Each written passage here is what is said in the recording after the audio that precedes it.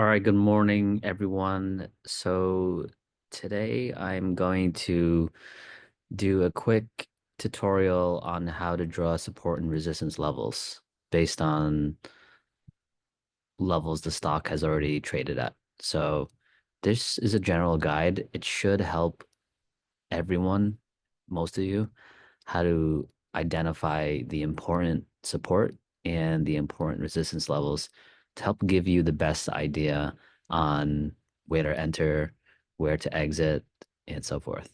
All right, I'm going to share my screen and I'm just going to choose this random stock, right? Because it doesn't really matter what the stock is. It's just as long as we have candlesticks and a daily chart here. So this here is a chart of Roku, right? And this is a daily chart. So there's lots of different levels here. And the first thing that I look at when I'm drawing up levels is, especially in the past year or 2 years, is where is the peak? Where has the stock topped out at? And if you look here on Roku, the first big one is at 109, right? So that's your first important level in the past 2 years, right? Since pretty much January 2023. Okay. And then the next thing, it's very simple is, okay, where is the next peak? Right. So looking at this chart, the next level is going to be right there at around 100. Kind of lines up right with that, that psychological resistance level, 100. So yeah, that's the next peak. And then the next one would be around 98, but there's also one around 96. So is there a wrong level here? No, but I would choose 96 in this case. And the reason why is because when it when it broke under 98, it bottomed at 74 and it popped back higher. But when it topped out at 96, this lower high in the daily on the next run up, it ended up dipping to 55. So that is where I would choose a level. Is 98 wrong? No. But it's also very close to 100 too. So 98 and 100, there's not much big of a difference. So it's not as significant as of a level, right? And then when we continue to draw more of these resistance levels, you kind of just look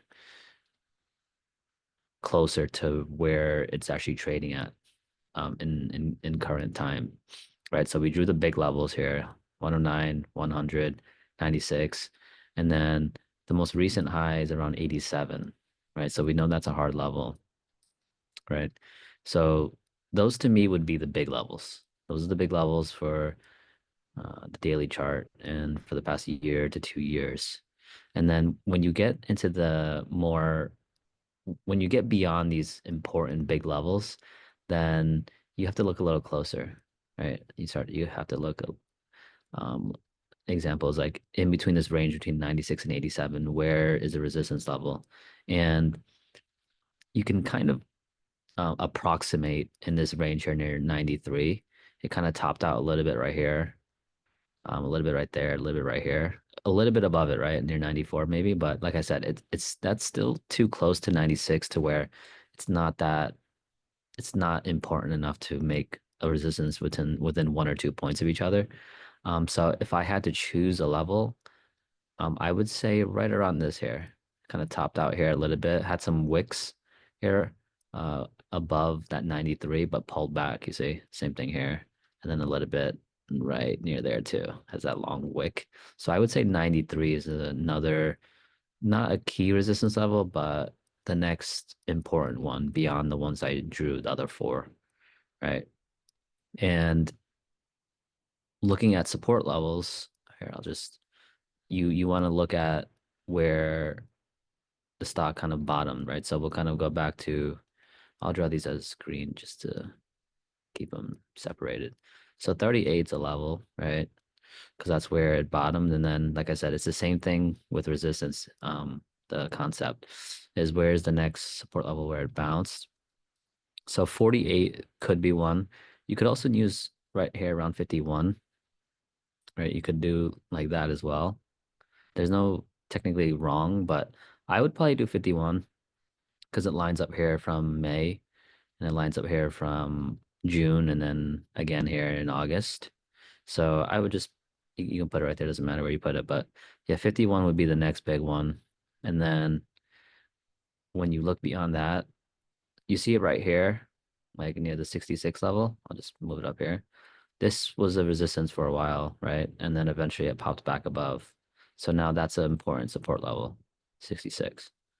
All right. And then you can kind of look right here near 79. It kind of like topped out there. 77 to 79 is where also it kind of topped out here, gap down here, and then stayed under.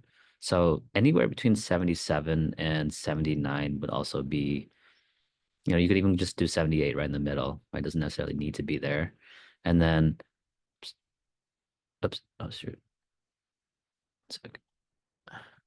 So those I would say the four like important like bigger support levels to hold.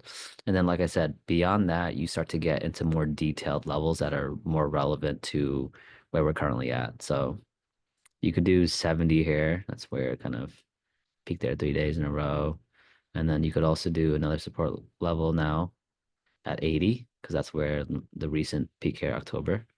And then kind of got there near there in September, not quite, but close enough, right? And then when you want to get more detail for, let's say you're day trading on a weekly basis, you want to look at where it topped out here too. So 2 days, the past 2 days last week, 84. So that means 84 through 84 will settle for 87. And then if it gets to 87, it can get back to 93 to 96, right? And it's a very simple way to it's a simple concept, right? There's not really much to it. You're not using any fibs or moving averages. Um, it's simply just looking at the chart in the most simple way that you can view it and just identifying where it topped out. And then on the support side, identifying where it bottomed out, right? And from there, it's really simple, right? You just trade in between those levels. You watch SPX, you watch QQQ, you line up those levels, you line it up with the stock that's whatever stock that's trading in the index. And if those two things line up, you should be able to find a trade. But like I said, the hard part about trading isn't knowing the levels. It's having the patience to wait for the levels. And most people can't do that, right? For example, like you can use MSTR or Coin or Tesla as an example, right? When MSTR was running and running and running, and there was lots of money being made, a lot of people did well, but the past 3, 4 weeks, MSTR has been basing, and people keep trying to find trades on it when it's clearly in a consolidation period. So yeah, that's the part of trading that is the hard part is for traders that are new is being able to differentiate between chop, momentum, and a downtrend. So hopefully I'm able to show you guys with my daily commentary and what I see, so you guys can see it as well.